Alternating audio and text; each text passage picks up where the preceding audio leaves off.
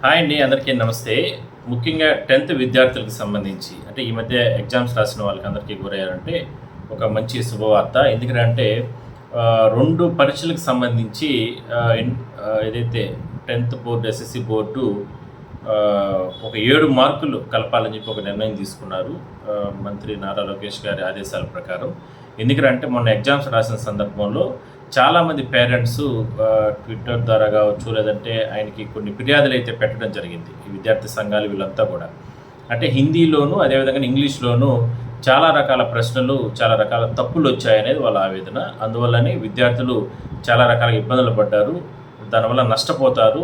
ప్రభుత్వం అదేవిధంగానే ఆదుకోవాలి, SSC board ఆదుకోవాలంటూ కూడా వాళ్ళు ఇచ్చినటువంటి విన్నపాల ప్రకారం అవన్నీ కూడా పరిశీలన చేసిన తర్వాత వాస్తవాలని గ్రహించి అందులో హిందీకి 2 మార్కులు కలపాలని చెప్పి ఒక నిర్ణయం తీసుకోవడం జరిగింది. అదేవిధంగానే ఇంగ్లీష్కి 5 మార్కులు కలపాలని చెప్పి కూడా ఒక నిర్ణయం తీసుకోవడం జరిగింది. అయితే ఇంగ్లీష్లో చాలా రకాల తప్పులు వచ్చాయి కొన్ని ప్రశ్నలకు సంబంధించి.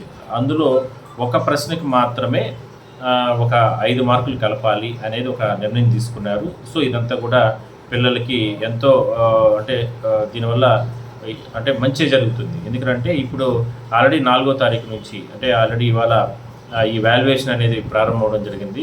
ప్రశ్నలకు సంబంధించి అంటే క్వశ్చన్ పేపర్లకు సంబంధించి ఇవన్నీ కూడా జరుగుతున్నాయి. కాబట్టి ఈ నెల 13వ తారీఖు వరకు కూడా ఈ పరీక్షలు అనేది అంటే దీనికి సంబంధించి వాల్యుయేషన్ జరుగుతూ ఉంటాయి.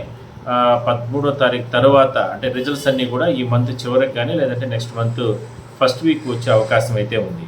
సో ఇదంతా కూడా పిల్లలకు సంబంధించి మాత్రం ఒక మంచిగా జరుగుతుంది. ఎందుకంటే చాలా స్ట్రగుల్ అయ్యారు 10th క్లాస్ ఎగ్జామ్ సందర్భంగా. చాలామంది పిల్లలు ముఖ్యంగా ఇంగ్లీష్కి సంబంధించి చాలా రకాలుగా ఫేస్ చేశారు వాళ్ళు. మాకు 3-4 ప్రశ్నలు తప్పులు వచ్చాయి, అంటే సంబంధం లేనటువంటి క్వశ్చన్లు అన్నీ వచ్చాయంటే కూడా వాళ్ళు తీవ్రంగా ఆవేదన వ్యక్తం చేసిన నేపథ్యంలో ఎస్ఎస్సి బోర్డు అంటే ప్రభుత్వ ఆదేశాల ప్రకారం ఈ రకంగా నిర్ణయం తీసుకోవడం జరిగింది. అయితే ఇందులో ఖచ్చితంగా వాళ్ళు అటెంప్ట్ చేసి ఉండాలి.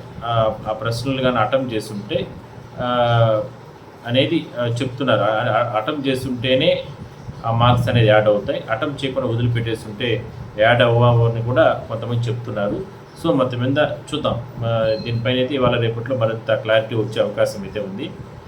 మొత్తం మీద మాత్రం ఇప్పటి వరకు కూడా ఈ విద్యార్థులు పడినటువంటి కష్టానికి ఇబ్బందులను దృష్టిలో పెట్టుకొని ఒక 7 మార్కులు అనేది కలవబోతున్నాయి. అంటే హిందీకి సంబంధించి 2, ఇంగ్లీష్కి సంబంధించి 5 మార్కులు.